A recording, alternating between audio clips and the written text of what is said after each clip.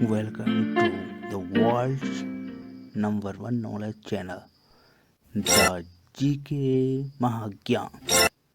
College में पढ़ाई करने वाले छात्रों के लिए भी इस नई शिक्षा नीति में बहुत सारे बदलाव किए गए हैं। इसलिए जो छात्र अब कॉलेज में इसके बाद जाने वाले हैं वो भी ध्यान से अभी देख लें। अब देश के छात्र कॉलेज में एडमिशन के लिए कॉमन एप्टीट्यूड टेस्ट दे पाएंगे। इसका अर्थ यह है कि अगर 12वीं कक्षा के बोर्ड एग्जाम्स में आपके ठीक नंबर नहीं आए हैं या आपके मार्क्स इतने नहीं आए हैं कि आपको कट ऑफ परसेंटेज के आधार पर सीधे किसी कॉलेज में एडमिशन मिल पाए, तो आप कॉमन एप्टीट्यूड टेस्ट भी दे सकते हैं और फिर इस टेस्ट में आपके प्रदर्शन को आपके 12वीं कक्षा के नंबरों के साथ जोड़ दिया जाएगा और उस आधार पर आपको आपके मनपसंद कॉलेज में एडमिशन मिल पाएगा। ग्रेजुएशन की पढ़ाई को 3 और 4 वर्षों के कोर्स ड्यूरेशन में अब बांट दिया जाएगा।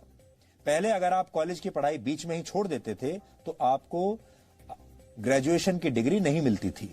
या तो आप पूरी पढ़ाई कीजिए और या बिल्कुल मत कीजिए। लेकिन नई शिक्षा नीति लागू होने के बाद अगर आप 1 साल के बाद कॉलेज छोड़ देते हैं तो आपको सर्टिफिकेट दिया जाएगा। ये आपका सर्टिफिकेट कोर्स माना जाएगा। अगर आपने कॉलेज का फर्स्ट ईयर कंप्लीट कर लिया और उसके बाद पढ़ाई छोड़ दी तो आपको सर्टिफिकेट कोर्स का सर्टिफिकेट मिलेगा। इसी तरह अगर आप सेकेंड ईयर पास करने के बाद 2 साल के बाद पढ़ाई छोड़ देते हैं तो आपको डिप्लोमा दिया जाएगा। और अगर आप थर्ड ईयर यानी 3 साल की पढ़ाई पूरी कर लेते हैं तो आपको बैचलर्स डिग्री दी जाएगी। और अगर आप 4 साल का कोर्स करके बैचलर्स डिग्री लेना चाहते हैं तो आपको रिसर्च के सर्टिफिकेट के साथ ये डिग्री मिलेगी। इससे उन छात्रों को बहुत फायदा होगा जो कॉलेज के दौरान किसी प्रोजेक्ट पर काम कर चुके हैं। 4 वर्ष के इस कोर्स में स्कूल के छात्रों की तरह कॉलेज के छात्र भी अलग अलग विषयों की पढ़ाई एक साथ कर पाएंगे।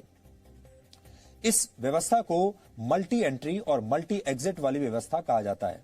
यानी छात्र जब जिस विषय की पढ़ाई करना चाहेंगे तो वो ऐसा कर सकेंगे और जब वो ये पढ़ाई छोड़ना भी चाहेंगे तो ये काम भी आसानी से कर सकेंगे। इसीलिए इसे मल्टी एंट्री और मल्टी एग्जिट कहा गया है। आप जब चाहे एंट्री ले सकते हैं और एग्जिट भी कर सकते हैं जब चाहे। इसके अलावा एक एकेडमिक बैंक ऑफ क्रेडिट बनाया जाएगा।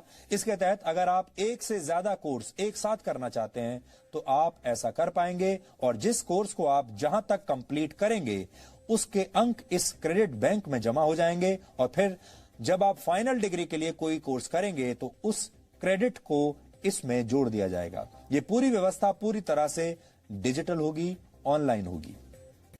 एक महत्वपूर्ण बात यह भी है कि अब स्कूलों और उच्च शिक्षा संस्थानों में संस्कृत भाषा को भी बढ़ावा दिया जाएगा। संस्कृत के विश्वविद्यालयों में अलग अलग विषयों की पढ़ाई संस्कृत में कराई जाएगी। स्कूल और कॉलेज में भी संस्कृत की पढ़ाई पर जोर दिया जाएगा।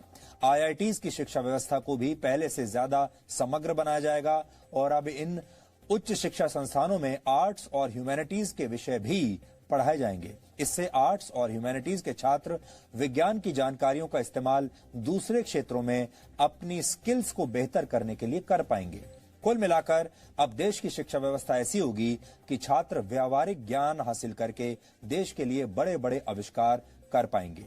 संगीत, कला और साहित्य को देश के हर कॉलेज में पढ़ाया जाएगा। और अब उन पेरेंट्स को और छात्रों के लिए भी एक महत्वपूर्ण जानकारी है जो स्कूल और कॉलेज की फीस को लेकर हमेशा चिंतित रहते हैं।